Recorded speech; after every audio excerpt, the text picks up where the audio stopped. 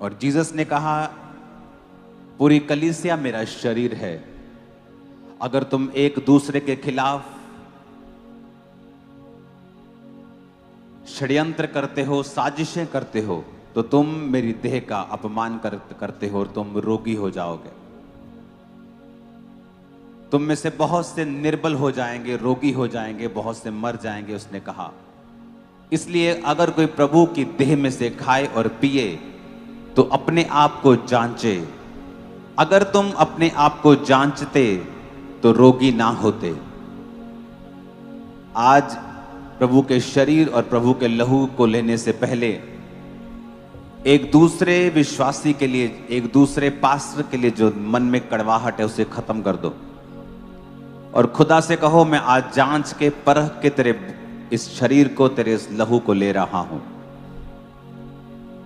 क्योंकि पौलुस ने कहा है, अगर तुम अपनी अमीरी को किसी गरीब को शर्मिंदा करने के लिए इस्तेमाल करोगे तो तुम परमेश्वर की देह के अपराधी ठहरोगे। तुम परमेश्वर के शरीर के खिलाफ अपराध करोगे। उस रोटी को लो और अपने माथे से लगाओ और कहो, परमेश्वर ये रोटी थी, अब नहीं है, क्योंकि अब ये तेरा शरीर है जो मेरे लिए तोड़ा जाता है। आपने उस रोटी को लेकर तोड़ा और अपने चेलों को दिया और कहा, यह मेरा शरीर है जो तुम्हारे लिए दिया जाता है। इसलिए वचन में लिखा है, आप ही के कोड़े खाने से हम चंगे हुए हैं। पिता, मैं पूरे डर और भय से, पवित्र डर और पवित्र भय से डरते और कांपते हुए इस प्रभु भोज को आज लेता हूं कि ये मेरी बीमारी का नहीं बल्कि मेरी चंगियाई का, मेरी आशीष का कारण हो। सब उसे लेंगे, सब तोड़ेंगे रोटी को और सब लेंगे।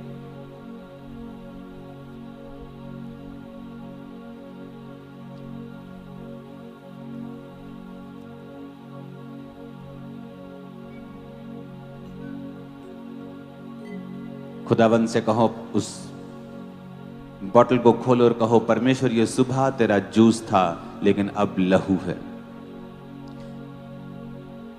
ये वो लहू जो मेरे लिए बहाया गया है।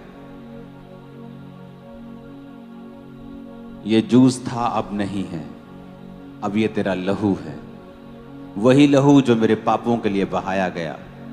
मैं अपने पापों का अंगीकार करता हूं, दोबारा ना दोहराने का वायदा करता हूं और मैं इस लहू को लेता हूं। खुदाबंद, आपने कहा, जो मेरा शरीर खाएगा, मेरा लहू पिएगा, उसमें मेरा जीवन होगा, वो स्थिर बना रहेगा। पिता, आप मुझ में हैं, मैं आप में हूं और हम परमेश्वर में हैं। इस भोज के कारण हम सब एक हैं, सब उसको लेंगे।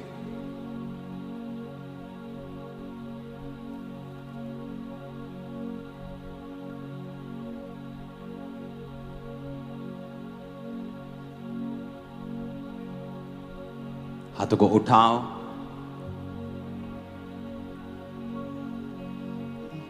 दोनों हाथों को ऊंचा उठाओ और कहो, खुदावंद तेरे लहू की जय जयकार हो। उसके लहू का थैंक्स करो, उसके लहू के लिए खुदावंद का थैंक्स करो ऊंची आवाज में।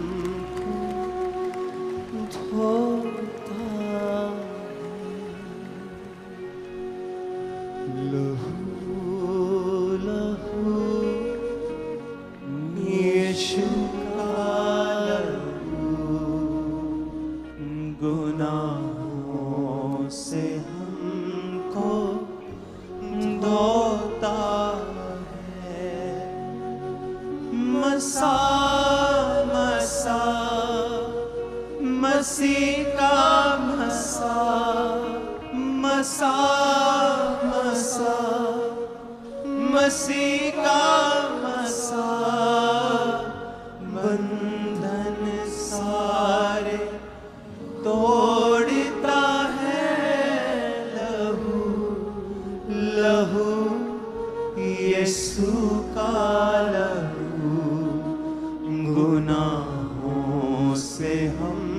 हमको धोता है। बढ़े बढ़े ना पीछे हटे, खुदावन का रूह फरमाता है।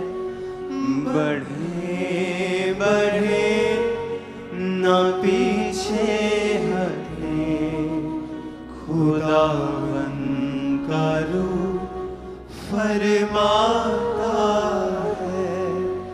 बढ़े बढ़े ना पीछे हटे, बढ़े बढ़े ना पीछे हटे, खुदावन का रूह फरमाता है। लहू लहू यीशु का लहू, गुनाहों से हमको धोता है। अपने घुटनों के बाहर आ जाओ, अपनी बाइबल को उठा और उसे उठाओ और कहो, आज खुदावन तेरा वचन मेरे लिए है। मैं तेरे वचन को सुनूंगा, इसे ग्रहण करूंगा, और जो कुछ आज मैं सुनूंगा मैं उसे प्रचार करूंगा। वायदा करो, जो कुछ आज मैं सुनूंगा मैं उसे मानूंगा और 100 गुना फलों को लेके आऊंगा, और उसके बाद मैं इसका प्रचार भी करूंगा। मैं सुन के मानूंगा भी और तुरंत, क्योंकि तू तुरंत वालों का खुदा है। जब तूने याकूब को बुलाया, पतरस को बुलाया, यूहन्ना को बुलाया, तो बाइबल कहती है वो तुरंत अपने जालों को छोड़कर तेरे पीछे हो गए। तुरंत उठा मत्ती और तेरे पीछे हो गया। मेरे परमेश्वर, आज मुझे ग्रेस दे, मैं तुरंत पाप छोड़ूं तो तुरंत, प्रार्थना करूं तो तुरंत, अच्छे कामों का फैसला करके उन्हें करना शुरू करूं तो तुरंत, मैं देरी ना करूं। हर काम को जो तेरा है खुदा बाप, मैं तुरंत करूं।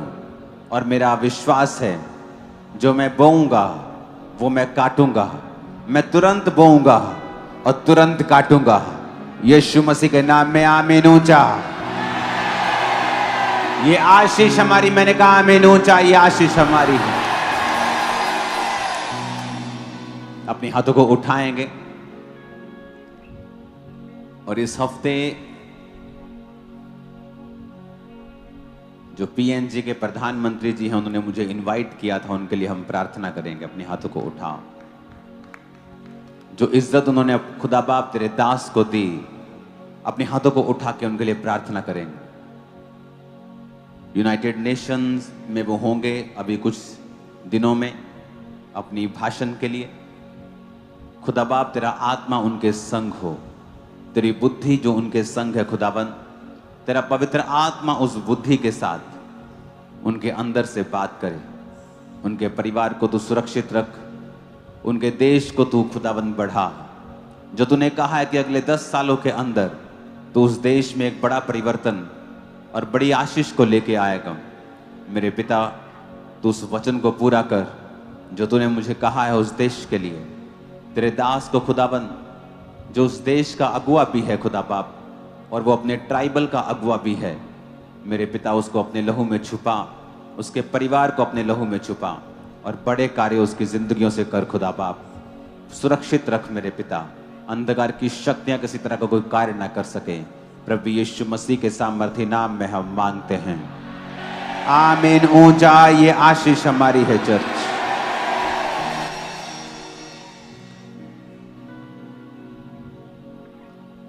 यूएसए क्रूसेड्स के लिए अपने हाथों को उठा के प्रार्थना करेंगे। शुक्रवार, शनिवार और संडे, और अगले संडे मैं वहीं से आपको प्रचार करने वाला हूं, तो तैयार रहना। खुदावन बड़े कामों को करने वाला है। उठाओ अपने हाथों को।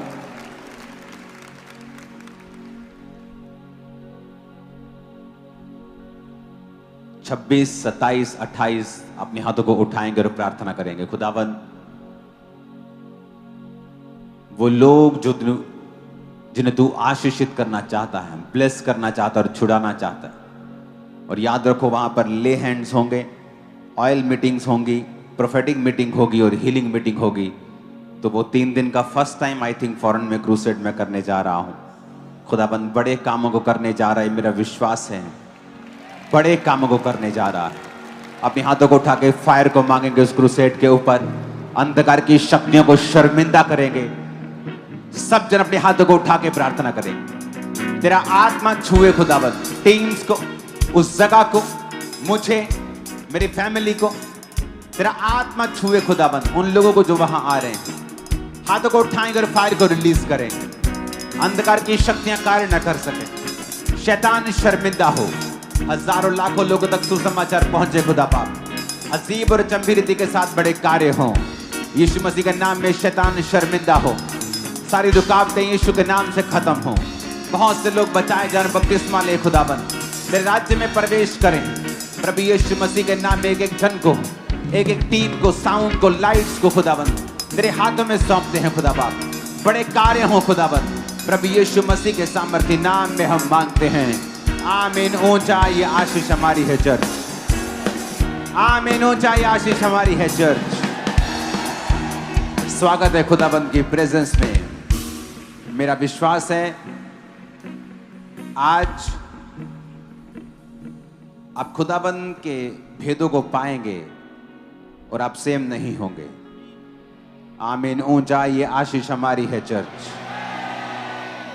अपने हाथों को उठाओ और कहो, परमेश्वर मैं वायदा करता हूं जो कुछ आज मैं सुनूंगा मैं उसे मानूंगा और उसका प्रचार करूंगा। ऊंची आवाज में प्रार्थना करेंगे अपने हाथों को उठा के।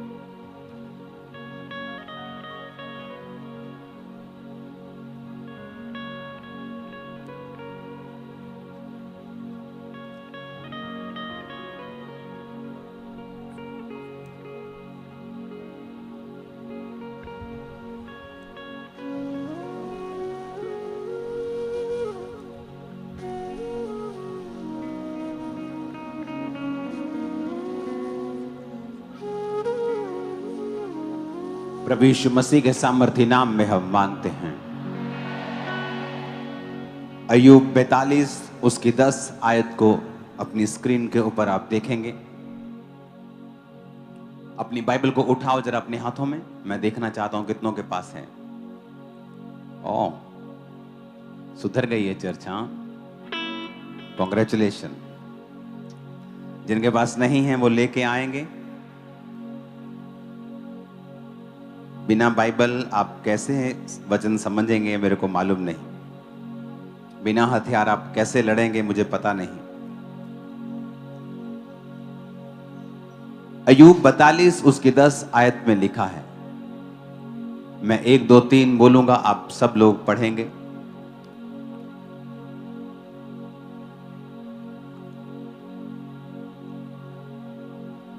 एक दो तीन सब पढ़ेंगे। जब अय्यूब ने अपने मित्रों के लिए प्रार्थना की तब यहोवा ने उसका सारा दुख दूर किया और जितना अय्यूब के पास पहले था उसका दुगना यहोवा ने उसे दे दिया। When Lord turned the captivity of Job, and restored his fortunes. हम प्रार्थना करते हैं कभी, परमेश्वर तू कब बदलेगा, मेरी लाइफ को तू कब चेंज करेगा, जो कुछ गुम गया है, जो खो गया है, तू वापिस कब देगा, कब रिस्टोर करेगा मेरी लाइफ को,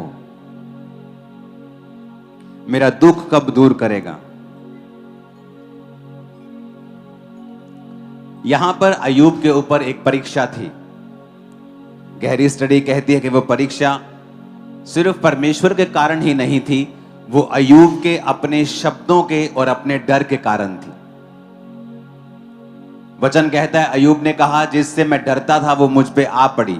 तो इसका मतलब है किसी भी चीज से हमें डरना नहीं चाहिए। हमारी लाइफ का कोई भी बुरा सपना नहीं होना चाहिए कि जो हमें लगे कि ये वाला मेरी चीज साथ नहीं होना चाहिए। किसी चीज से हमें डरना नहीं चाहिए। वो डर इनवाइट करता है उस चीज को घटना, उस घटना को घटित होने के लिए। एक क्रिश्चियन की स्टोरी मैं आपको बता चुका हूं कि वो एक किडनी डायलिसिस डिपार्टमेंट में काम करता था। तो जब पेशेंट्स आते थे, किडनी डायलिसिस वहां होता था, तो उससे पेशेंट्स की हालत देख नहीं होती थी। तो वो अपने मन ही मन में कहता था कि यार कुछ भी हो जाए, मुझको कभी ये वाला रोग ना हो, मुझे कभी ये वाला रोग ना हो। और वही रोग उसे एक दिन हुआ और वो भी डायलिसिस उसका होने लगा। पर परमेश्वर ने उसको जीवन दिया, आज वो जीवित है। उसकी किडनी ट्रांसप्लांट हुआ, वो ठीक हो गया, वो बात अलग है। लेकिन आप देखो, जब आप किसी चीज से डरते हो तो शैतान वही चीज को आपके जीवन में घटाने की कोशिश करता है। तो आज हम उस विषय पे नहीं जाएंगे, लेकिन आपको यह मालूम हो कि अय्यूब की परीक्षा सिर्फ परमेश्वर के ऊपर निर्भर नहीं थी। अय्यूब की परीक्षा का कारण अय्यूब ने खुद कहा कि जिस बात से मैं डरता था वो मुझ पे आ पड़ी।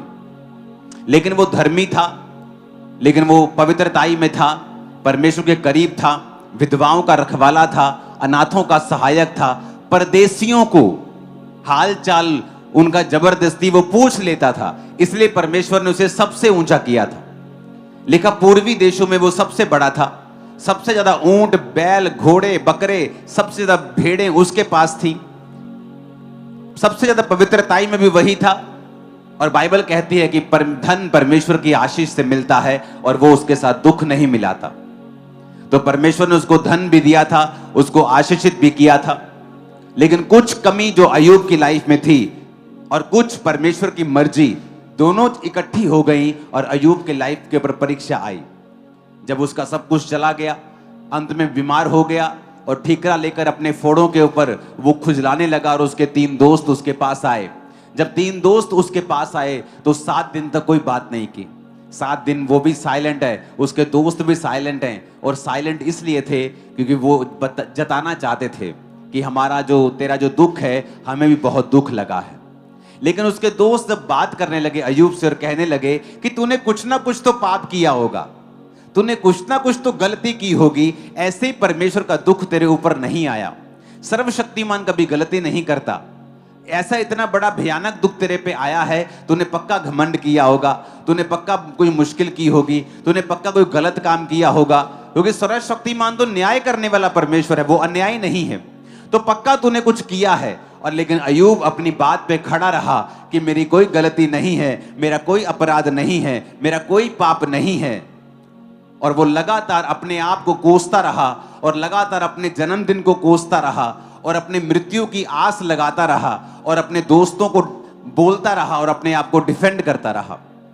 एंड में परमेश्वर आते हैं और दोनों के बीच में बीच बचाव करते हैं। और परमेश्वर कहते हैं, क्योंकि एक चौथा व्यक्ति भी आता है जो उन चारों को गलत ठहराता है, उसके बाद परमेश्वर की एंट्री होती है। और परमेश्वर कहते हैं तेरे 3 दोस्त भी गलत हैं, क्योंकि इन 3 दोस्तों ने तुझे परखने में गलती की है। तेरी लाइफ में कोई ऐसा भयानक पाप नहीं था कि तेरी जिंदगी में इतनी बड़ी मुसीबत आई। अब तेरे दोस्त जो हैं, इन्होंने तुझे गलत जज किया है। लेकिन तूने भी मुझे गलत जज किया है अय्यूब, तूने भी मुझे गलत जज किया है। तूने भी समझा नहीं कि ये परीक्षा तेरे ऊपर क्यों आई है और तू अपने जन्मदिन को धिक्कार रहा है और मुझे कोस रहा है। तो परमेश्वर ने उन तीनों को भी गलत ठहराया, परमेश्वर ने अय्यूब को भी गलत ठहराया। जब ये सारा कुछ हो गया, ये घटनाक्रम सब कुछ हो गए, बीत गए, तो परमेश्वर ने अय्यूब से कहा कि अपने मित्रों के लिए प्रार्थना कर। जब तू अपने मित्रों के लिए प्रार्थना करेगा तो मैं जो तेरा है तुझे लौटा दूंगा। सब बोलो हालेलुया। अब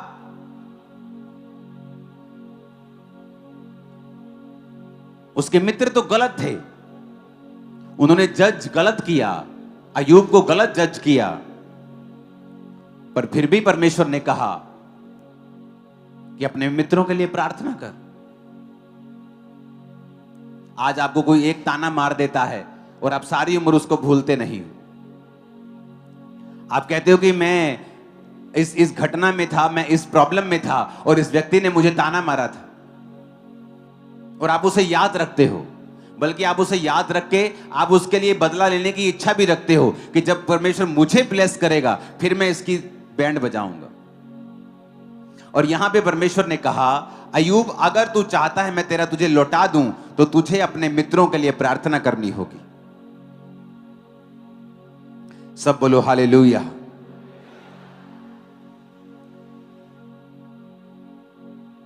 तुझे अपने मित्रों के लिए प्रार्थना करनी होगी।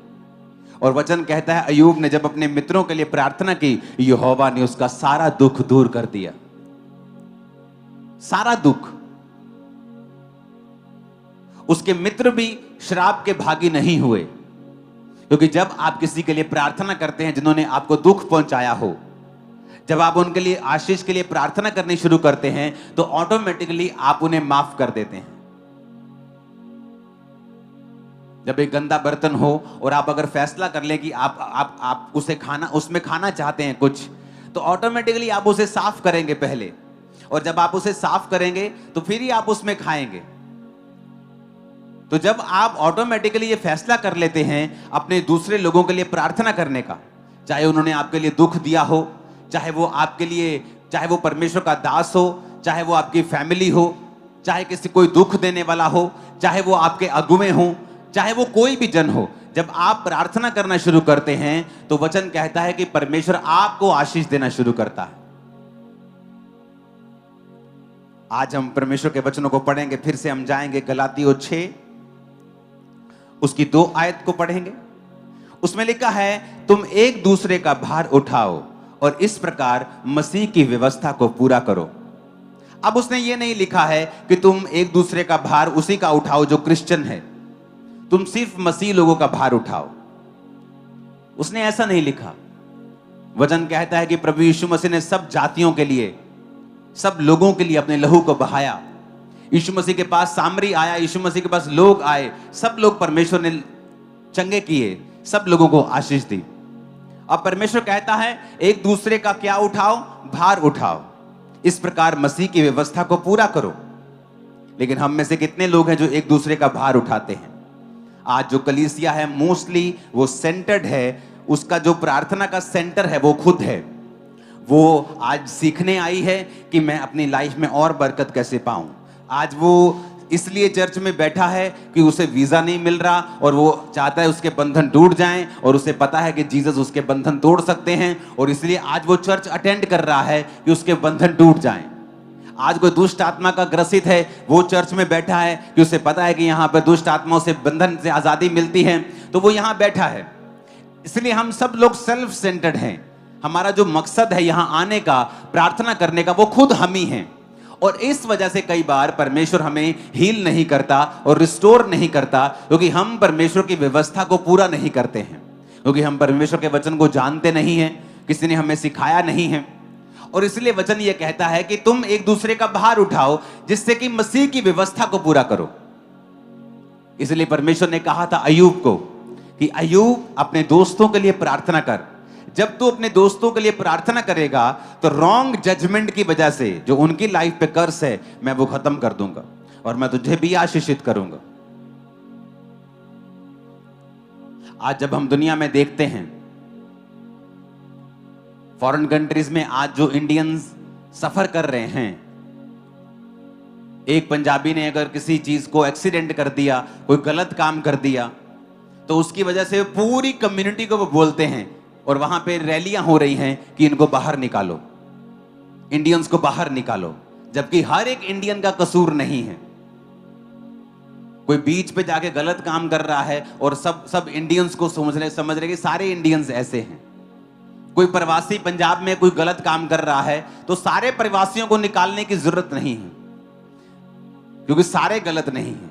जिस तरह सारे पंजाबी गलत नहीं है फॉरेन में, उस तरह सारे प्रवासी भी गलत नहीं।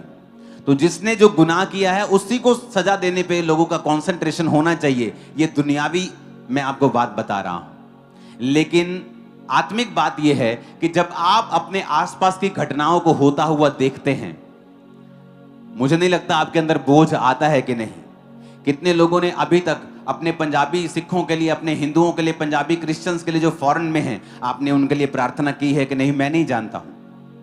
लेकिन यही प्रार्थना थी जो आपको करनी चाहिए थी। पर आप जब भी प्रार्थना में बैठते हैं, आप सोचते हैं आज मुझे अपने लिए मांगना है, आज मुझे अपने बेटे के लिए मांगना है, आज मुझे बंधनों से आजाद होना है, मुझे प्रार्थना करनी, मुझे आत्मा में बढ़ना है। और हमें यह मालूम नहीं है कि आत्मा में बढ़ने के लिए आपको बैलेंस स्पिरिचुअल लाइफ चाहिए।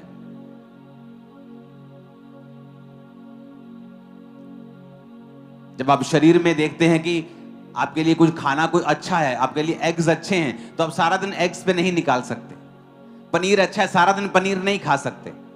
आपको बैलेंस खाना पड़ता है आपकी बॉडी को हेल्थी रखने के लिए। वैसे स्पिरिचुअल लाइफ है, आपको आत्मा में बढ़ना है, तो इसका मतलब यह नहीं कि आप अपने लिए ही प्रार्थना करते रहोगे 24 घंटे तो आप आत्मा में बढ़ जाओगे। आप ऐसे नहीं बढ़ोगे। वचन कहता है एक दूसरे का भार उठाओ। तो कितने लोगों ने आप में से प्रार्थना की अपने पंजाबी भाइयों के लिए, अपने इंडियंस के लिए।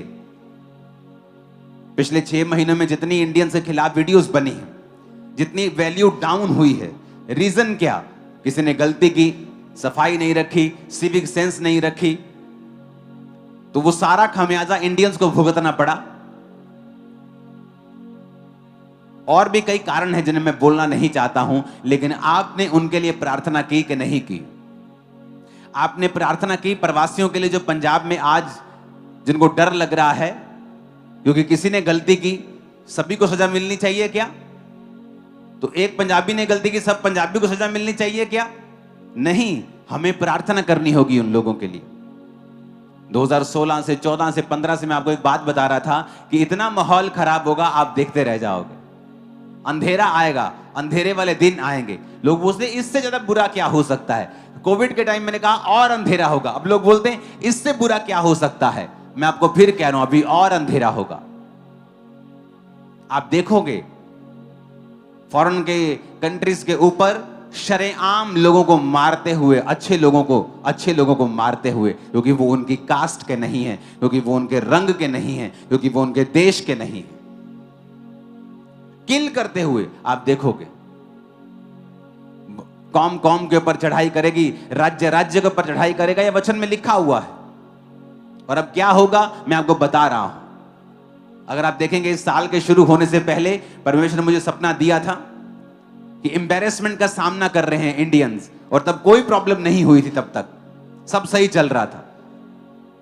अगर आप देखेंगे उस प्रोफेसी को 31 नाइट की, आपको मालूम हो जाएगा कि परमेश्वर ने पहले से बता दिया था कि क्या होने वाला है। तारीफ करो खुदाबंद, वो बात कर रहा है हमसे। आमीन। तो हमें क्या, एक दूसरे के लिए हमने प्रार्थना की क्या? कि जब हम प्रार्थना करने के लिए बैठे, सुबह आप 1 घंटा अपने लिए पर्सनल प्रार्थना करो, अपने लिए मांगो, अपने बच्चों के लिए मांगो, अपनी स्पिरिचुअल लाइफ के लिए मांगो। फिर दिन का एक समय ऐसा रखना चाहिए जहां पर आपको दूसरों के लिए प्रार्थना करनी। वो आपको जानते हो जरूरी नहीं है, वो हमारे पंजाबी हो सकते हैं फॉरेन में, वो हमारे इंडियंस हो सकते हैं फॉरेन में, वो हमारे क्रिश्चियन भाई हो सकते हैं छत्तीसगढ़ में, राजस्थान में, मध्य प्रदेश में, जो परसिक्यूशन का सामना कर रहे हैं। परमेश्वर का दास है जो आपके लिए वचन दे रहा है और लीड कर रहा है, और हर एक तरह की जो मुश्किलें हैं उनका वो सामना कर रहा है। आपकी चर्च की टीम, आने वाले मीटिंग्स, क्रूसेड्स, सभाएं, सुसमाचार का काम हो, कितने विषय हैं आप लोगों के लिए प्रार्थना करने के लिए। क्योंकि अगर हम सेंटर रहेंगे, अपने लिए प्रार्थना करेंगे, करते जाएंगे, अपने बेटे के लिए 6 घंटे प्रार्थना करते जाएंगे, तो कभी भी वो बैलेंस प्रार्थना नहीं है। और जो चीज बैलेंस में नहीं होगी, आपकी लाइफ में कभी रिजल्ट को नहीं लेके आएगी। वचन में लिखा है एक दूसरे का भार उठाओ। इफिसियां 6 उसकी 18 आयत में पढ़ेंगे, हर समय हर प्रकार से आत्मा में प्रार्थना और विनती करते रहो, इसलिए जागते रहो कि पवित्र लोगों के लिए लगातार विनती किया करो। अब यहां पर क्रिश्चियन लोगों के लिए प्रार्थना करने का स्पेशल आपको बोला गया है। पवित्र लोग किन्हें कहा गया है? जो मसीह में हैं। कि जब तुम प्रार्थना करने के लिए बैठते हो तो प्रार्थना और विनती करो और पवित्र लोगों के लिए प्रार्थना करो। पहला तीमुथियुस 2 उसकी 1 आयत में लिखा है, मैं सबसे पहले आग्रह करता हूं कि विनती, प्रार्थना और निवेदन और धन्यवाद सब मनुष्यों के लिए किए जाएं। सब मनुष्यों के लिए। आपकी लाइफ में क्या हो रहा है, आपके मोहल्ले में क्या हो रहा है, आपके स्टेट में क्या हो रहा है। लोग बोलते थे इनको प्रार्थना करनी चाहिए, ये प्रार्थना करके बारिश को रोक नहीं सकते। जिस दिन वीरवार को चर्च में प्रार्थना के लिए बारिश हुई थी, प्रार्थना हुई थी, तब से बारिश नहीं हुई है। और जब मैंने ये पढ़ा कि वहां पे आ रहा था कि सितंबर विल बी द वेटिएस्ट मंथ, कि सितंबर सबसे गीला महीना होने वाला है, मैंने कहा परमेश्वर, सितंबर से पहले ही लोगों को तूने इतना गीला कर दिया, और गीला होगा तो मुश्किल हो जाएगा। तो मैंने कहा चलो अब टाइम आ चुका है, पूरी चर्च को बुलाया जाए और हम प्रार्थना में जाएं। और थर्सडे आपने फास्टिंग की, प्रेयर की, परमेश्वर ने सुना, सूखा कर दिया महीना गीले के बजाय। यहां पर लिखा है सब मनुष्यों के लिए। फिर आगे लिखा है राजाओं और ऊंचे पद वालों के निमित्त, इसलिए कि हम विश्राम और चैन के साथ सारी भक्ति और गंभीरता से जीवन बिता सकें। अब यहां पर लिखा गया है पॉलिटिशियंस के लिए प्रार्थना करो।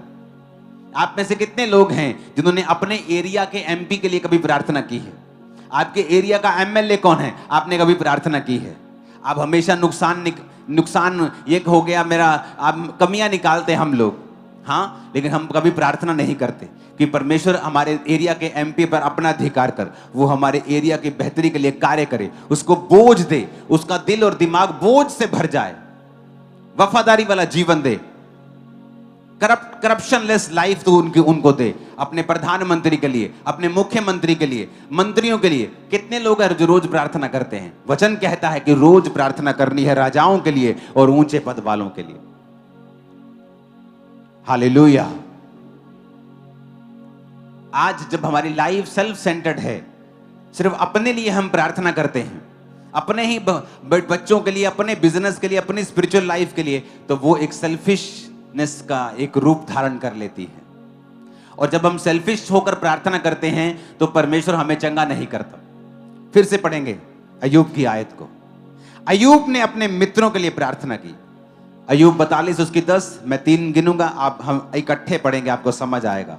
1 2 3। जब अय्यूब ने अपने मित्र के लिए प्रार्थना की, तब यहोवा ने उसका सारा दुख दूर किया, और जितना अय्यूब के पास पहले था उसका दुगना यहोवा ने उसे दे दिया। तारीफ करो जोर से।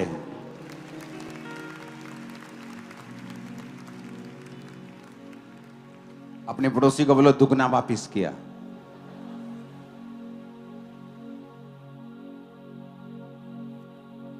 फिर से बोलो अपने पड़ोसी को दुगना वापिस किया।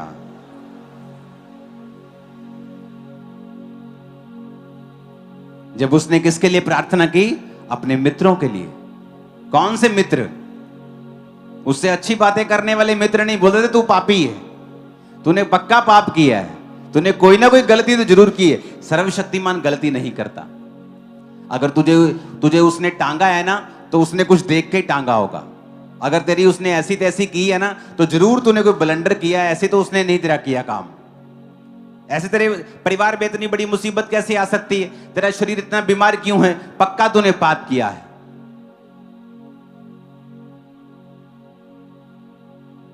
और अय्यूब का सीना छलनी कर दिया उनके वर्ड्स ने, ऑफेंड कर दिया अय्यूब को। वो दुखी था कि जिन मित्रों की उसने सहायता की है, उनको ऊंचा लिफ्ट किया है, वो उसको पहचान नहीं सके। लेकिन खुदा ने कहा अय्यूब,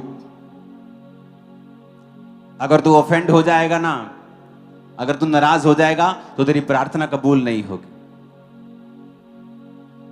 जब आप दूसरों को माफ करते हैं, एक्चुअल में आप अपने आप पर कृपा कर रहे होते हैं। आप अपने पर दया कर रहे होते हैं।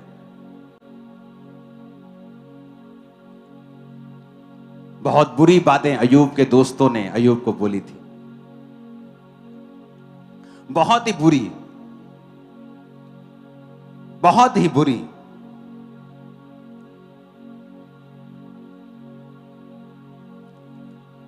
कुछ दोस्तों ने उसको बोला कि तुझ में बुद्धि की कमी है, कि तू परमेश्वर को समझता नहीं है।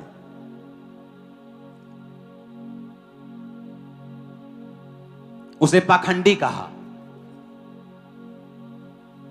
उसे गधे से कंपेयर किया। जिस व्यक्ति की बुद्धि से आशीष पाई हो, जब उस पे परीक्षा आई तो उसको कंपेयर करने लगे।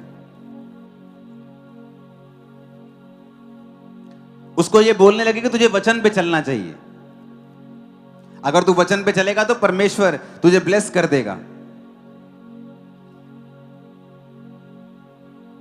और उसको लगातार तसीहत देते रहे, उसको घमंडी कहते रहे, उसको अधर्मी कहते रहे।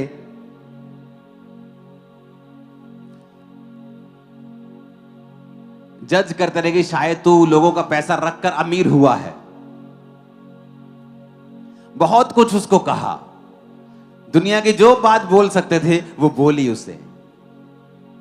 पर परमेश्वर ने कहा, अय्यूब इनके लिए प्रार्थना कर। और अय्यूब ने जब अपने दोस्तों के लिए प्रार्थना की, परमेश्वर ने अय्यूब का सारा दुख दूर किया और दुगना उसे दिया जो खो लिया था, जो छीन लिया था।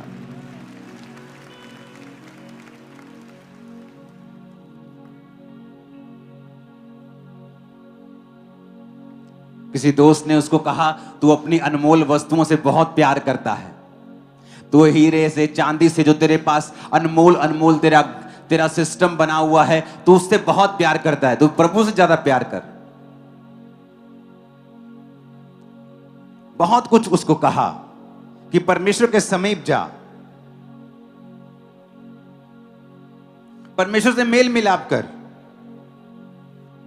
अय्यूब सुनता रहा, वो सुनता रहा, सुनता रहा, सुनता रहा। उसका दिल, जैसे उसका शरीर छलनी हो गया था, उसका दिल छलनी हो गया। लेकिन परमेश्वर आए बीच में और कहा, अय्यूब माफ कर, तेरा दिल छलनी है, इससे तुझे ही नुकसान होगा। प्रार्थना कर अपने दोस्तों के लिए। दोस्तों के लिए प्रार्थना करते करते आप लोग एक दिन चंगे हो जाएंगे और दुख दूर हो जाएंगे और सब कुछ जो छीन गया था वापिस आने वाला है। आप सेलिब्रेशन करेंगे। आमीन। ऊंचे वाला चाहिए चर्च। मैंने कहा आमीन, ऊंचे वाला चाहिए चर्च। जब आप प्रार्थना करते हैं एक दूसरे के लिए, आप बर्डन्स को, आप बोझ को शेयर करते हैं और मसीह की व्यवस्था को पूरा करते हैं। सब बोलो आमीन। आप जब एक दूसरे के लिए प्रार्थना करते हैं, आप क्या करते हैं? अपने पड़ोसी को बोलो आप, मैं बर्डन को शेयर करता हूं, मैं बोझ को उठाता हूं। इस पेज को करना, फिर से कहो, मैं बोझ को उठाता हूं जब मैं तेरे लिए प्रार्थना करता हूं। तो पहला, जब आप प्रार्थना करते हैं क्या होता है? आप बर्डन को शेयर करते हैं।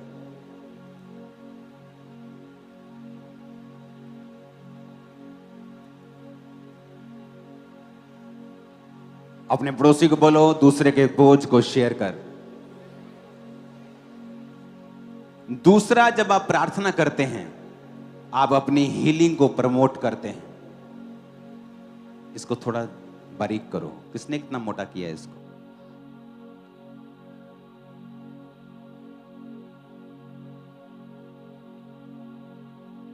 अपने पड़ोसी को बोलो, जब तू दूसरे के लिए प्रार्थना करता है, तू अपनी हीलिंग के लिए प्रार्थना करता है।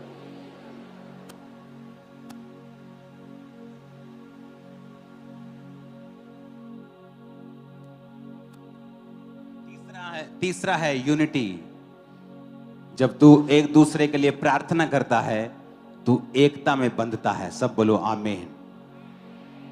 ऊंची आवाज में कहो आमीन। चौथा,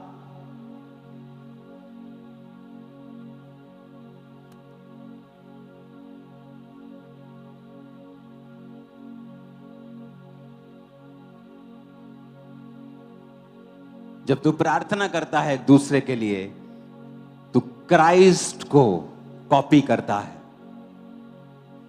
चार चीजें आपके साथ होती हैं जब आप एक दूसरे के लिए प्रार्थना करते हैं। आप उसके बर्डन्स को शेयर करते हैं, जो वचन पूरा होता है, एक दूसरे का भार उठाओ। आप अपनी हीलिंग को लेते हैं, जहां 2 बार बाइबल में जिक्र है हीलिंग का कि अय्यूब भी चंगा हुआ, और दूसरा जिक्र है याकूब 5 उसकी 16 आयत में कि तुम लोग एक दूसरे के सामने अपने अपने पापों को मान लो, एक दूसरे के लिए प्रार्थना करो जिससे चंगे हो जाओ। सब बोलो आमीन, सब कहो आमीन। कि इसने कहा कि एक दूसरे के सामने अपने पापों को मानो, एक दूसरे के सामने प्रार्थना करो, तो तुम क्या हो जाओगे? तुम चंगे हो जाओगे। तो जब आप प्रार्थना करते हैं आप खुद भी चंगे होते हैं। जब आप प्रार्थना करते हैं आप यूनिटी में, एकता में रहते हैं। चौथा, जब आप प्रार्थना करते हैं आप क्राइस्ट को कॉपी करते हैं, और हमें क्राइस्ट को कॉपी करने के लिए ही बुलाया गया है। जब आप क्राइस्ट को कॉपी करते हैं आप उसकी ब्लेसिंग्स को, उसके मस्से को, उसके छुटकारे को भी कॉपी करने लगते हैं। आमीन ऊंचे वाला चाहिए चर्च। हालेलुया।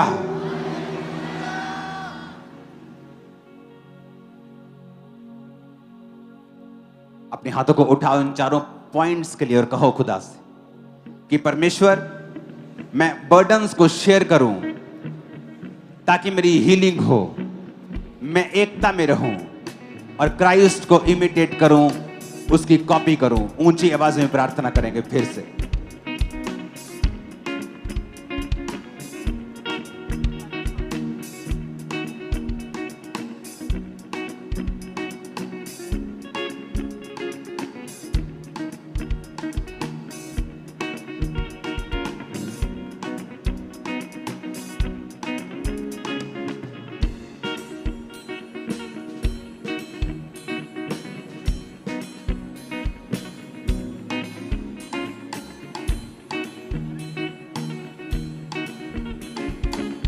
हालेलुया।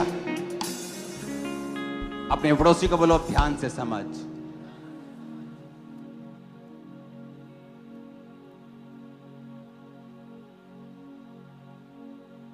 अपने पड़ोसी को बोलो प्रे सिंसियरली।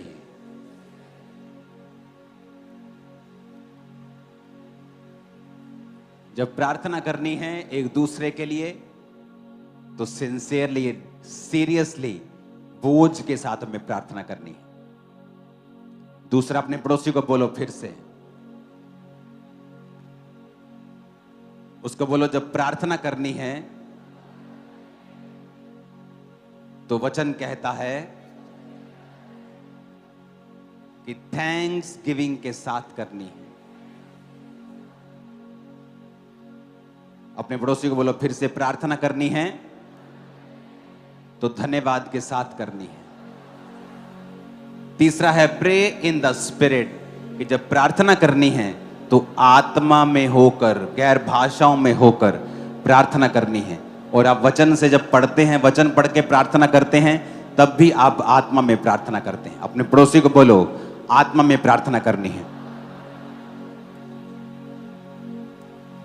चौथा है प्रे फॉर स्पेसिफिक नीड्स। इसका मतलब है कि जब तुम्हें प्रार्थना करनी है तो तुम्हारी प्रेयर पॉइंट क्लियर होना चाहिए कि तुम्हें क्या चाहिए। पांचवा है जब तुम्हें प्रार्थना करनी है तो अपने दुश्मनों के लिए करनी।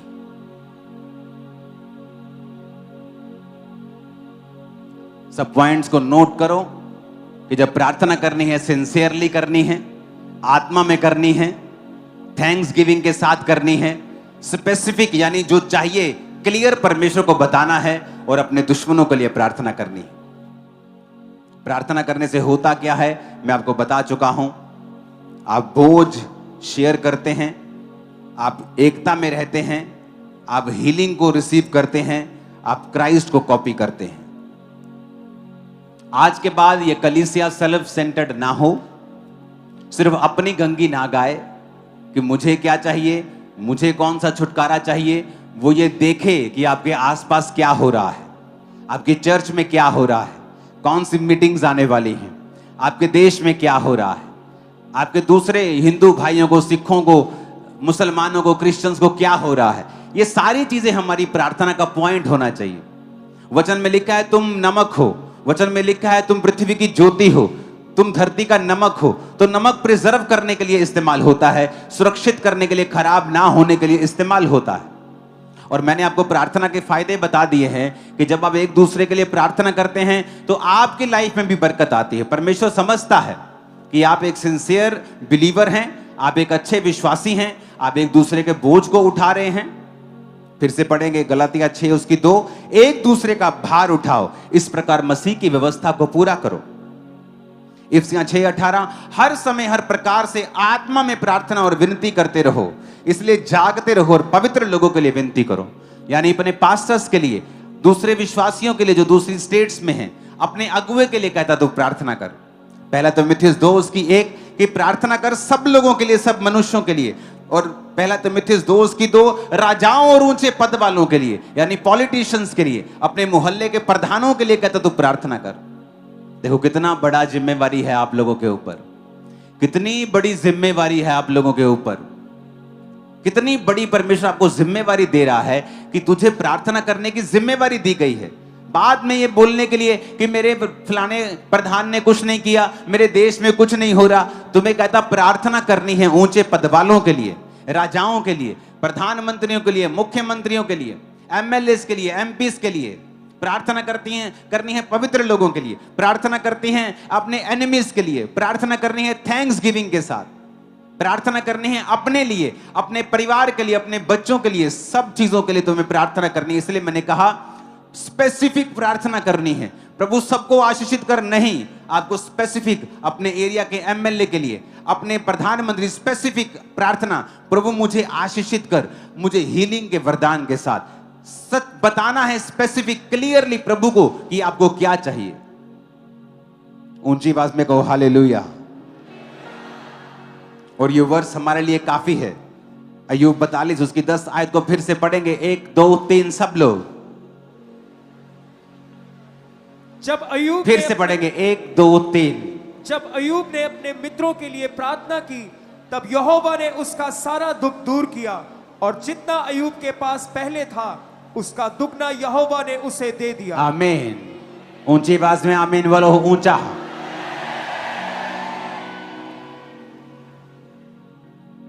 और याद रखो ये कोई दोस्त बड़े अच्छे दोस्त नहीं थे।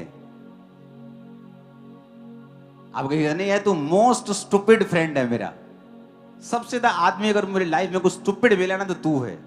गुस्सा करता है आदमी कई बार, और ऐसे मोस्ट स्टूपिड फ्रेंड्स के लिए परमेश्वर कहता है अय्यूब प्रार्थना कर, इनकी आशीष को मांग, बरकत को मांग इनके लिए। देखो परमेश्वर ने क्या किया। जब वो अय्यूब प्रार्थना करता अपने उन दोस्तों के लिए जिनके शब्द तीर की तरह चुभ गए थे उसको,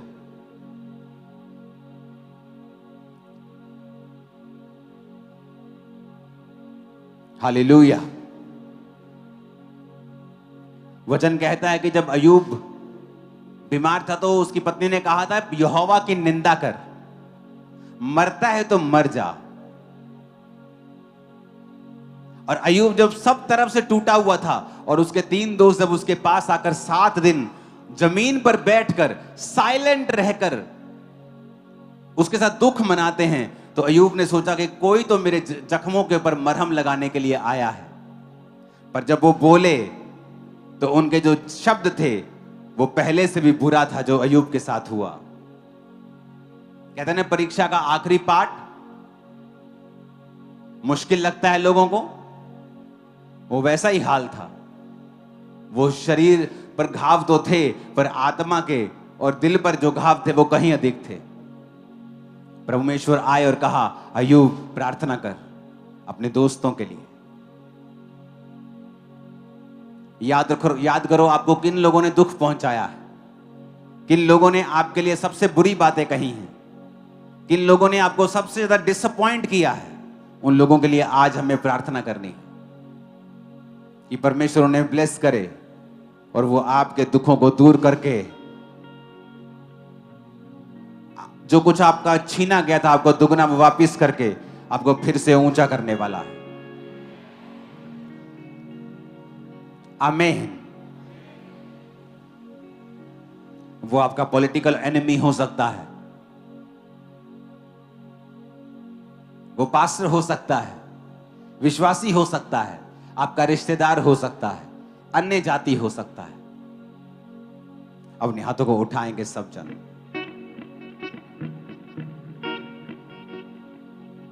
अपने हाथों को उठाकर हम सबके लिए प्रार्थना करेंगे, अपने विश्वासी दूसरे भाइयों के लिए, एनिमीज के लिए, जिन्होंने आपको दुख पहुंचाया उनके लिए, सबके लिए प्रार्थना करेंगे अपने हाथों को उठा के ऊंची आवाज में।